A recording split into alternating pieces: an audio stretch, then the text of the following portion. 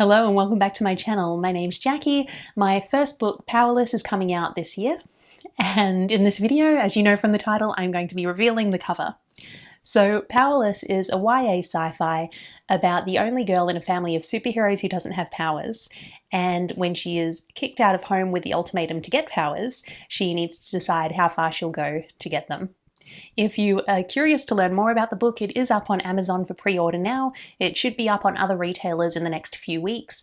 And you can also get a sneak peek at the first 3 chapters on my website, so the link to that will be in the description. So in this video, as I mentioned, I'm going to be doing a cover reveal. However, I thought it might also be interesting to talk about the way I worked with my designer, given that I am not a visual person and I had no idea what I wanted to have on my cover. And depending on the designer you work with, that may or may not be a problem. Like one of the designers I reached out to actually had an inquiry form on her website, and one of the fields was something like, please describe what you'll see on the cover. And she gave an example of a woman riding a unicorn through a forest, like looking over her shoulder because she's being pursued. And I had no ideas like that.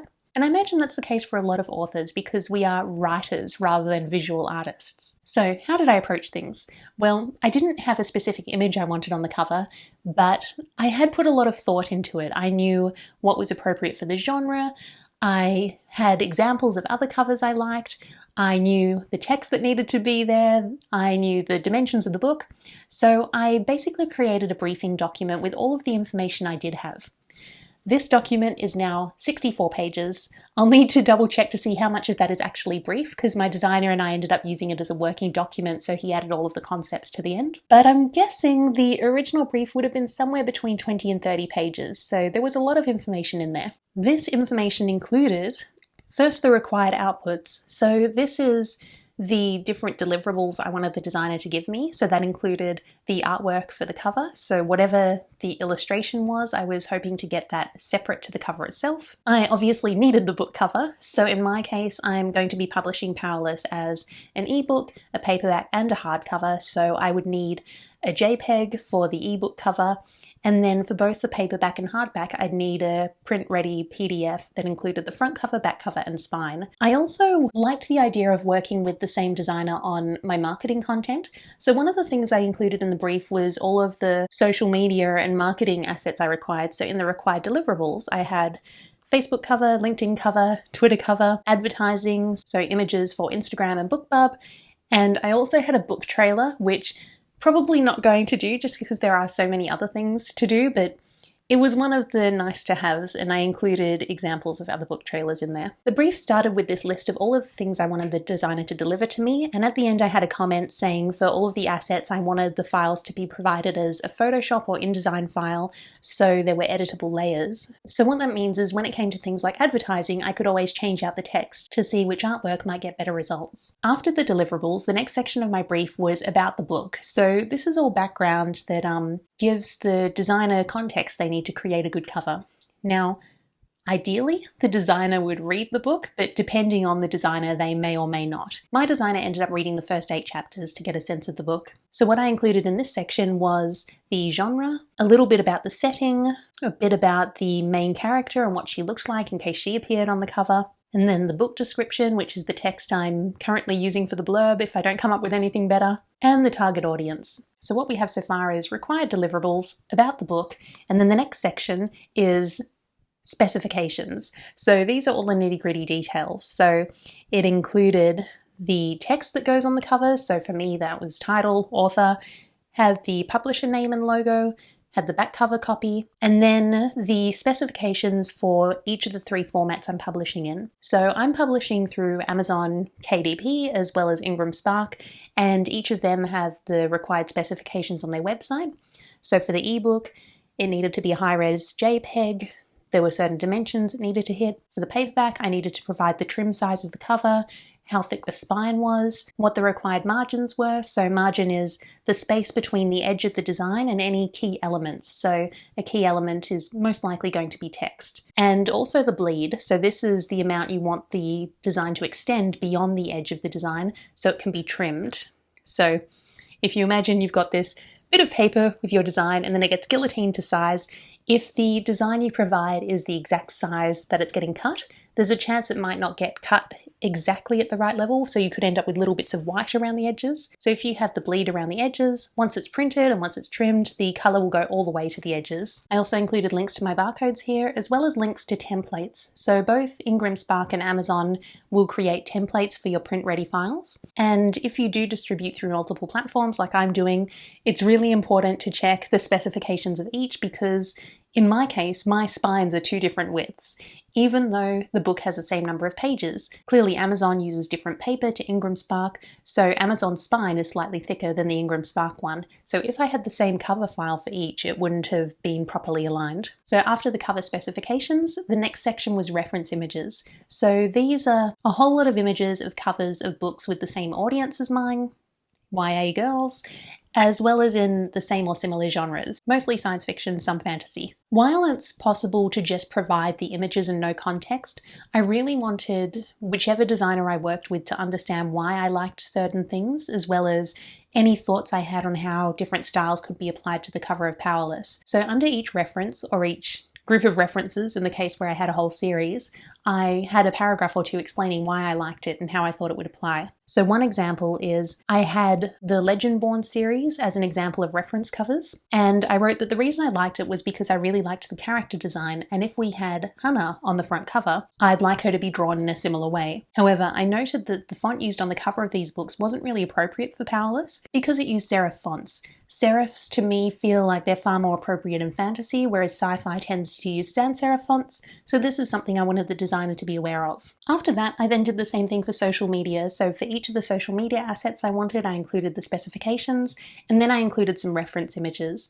And in these cases, I went to the social media profiles and websites of different authors that I like, and I just took screenshots of some of the different images and banners that I thought had been done well. And then the final section was for advertising, where I did the same thing. So I want to advertise on both BookBub and Instagram, which will require designs. So I had the measurements for both of these, as well as some examples of BookBub ads I thought had been done well. So how did this massive document work out for me? Well, what's interesting is the first designer I sent this information to said that this showed him he wasn't a fit for the project, which is actually a really good result. You see, almost all of the covers I shared had illustrated artwork, and I originally expected Powerless would be an illustrated cover, and what this designer said was he's not an illustrator. Basically, if I had someone else do the artwork, then he could create the cover layout using it, but he wouldn't be a fit for this project. So that was a really good result, because if I hadn't done this document and had potentially started working with him, I probably would have ended up very disappointed. When it came to the designer who did end up doing the cover, he was actually a former colleague of mine from back when I was living in Switzerland, and the first thing he said when he saw it was, "Oh, I've missed these detailed briefs." So this level of information might feel like overkill, but it is appreciated, especially if you can't give concrete direction when it comes to the specific visuals you want on your cover, which was the case with me. So the way he and I worked was I sent through the briefing document. He said, "Yes, I'm happy to work on this with you. I think I can achieve what you want." We had a kickoff call, and at that call he basically asked about different things that were missing. So he wanted some more information on the setting. So I'd already included a little bit about the setting. The book is set in Sudovia, which is fake Estonia, where I was living, and what I added was some locations that are significant in the book where key scenes happen, and I added reference photos for those. So one example is the main character spends some time in the country estate of a Russian mafia family. So I went Googling like Russian oligarch mansions and included a whole lot of photos of these places with white marble and gold leaf, so very fancy. Similarly, another part of the book takes place in an underground vault. It's a converted Cold War bunker that is used for the storage of precious artwork before auction, so I had a bunch of reference photos of the bunker that had inspired this. He also wanted to know more about the characters, so I added about a page about her and her personality, and then reference photos for what she might look like. Now, obviously, she's an imaginary person, there's no real world parallel for her, but I was able to do photos to show things like colouring, face shape, hairstyle, and clothing. And then the final thing he asked for was actually ideas for what could be on the cover. And like I said earlier, I didn't have any ideas, but he sort of pushed and said, "Look, just see what you can come up with because it's really helpful." And this was actually how we worked together in the past, where every time I briefed him for some design work for a marketing campaign, I'd include a couple of different ideas to get started. And we often didn't even go with those ideas, but it was a starting point for his own brainstorming. So this time, I thought about, okay, what could work for a cover? And I had this idea of the duality between Hanna's two different worlds, because at the beginning she starts in her father's lab, she's very isolated, very naive, and then she gets thrown out into the real world where she tangles with the Russian mafia and is suddenly in this sort of gritty, violent world. So the first idea I had was like Hanna looking straight at the camera or the reader, wearing her lab coat, and in one hand she had like a test tube or a beaker, and in the other hand she had a gun, because I thought that would help symbolize the two worlds. The next idea was similar, like the same split between the two worlds, but it was about people. So I thought like close up of Hanna's face or eyes, and behind her we'd have two other characters. One is Maria, who is her older sister, who's a superhero with fire powers and who sort of symbolizes the world she left behind. And then there's Lisa, who is the granddaughter of the boss of the Russian mafia, who sort of symbolizes the new world that Hanna's found herself in. And then the third idea was more symbolic. So I thought we could lean into the fake science of the book, and we could either have like a stylized DNA illustration or an image of what it looks like when you're looking at bacteria through a microscope. So those were the ideas I added to the brief. We caught up a week later. I'd added to the brief, he'd read through the first 8 chapters of the book, and he had all of these ideas. It was great. And one of the ideas he had that I really loved was the idea of using DNA as a symbol of like Hanna's imprisonment or being trapped. One of the ideas he said was using DNA as like handcuffs. Another one was using it as a cage or a prison cell. So as soon as he said that, I'm like, yes, let's run with this. About a week after that, he sent through 3 concepts. One of them was just the concept. There was no contest, and we ran with that direction. So now let's reveal the cover.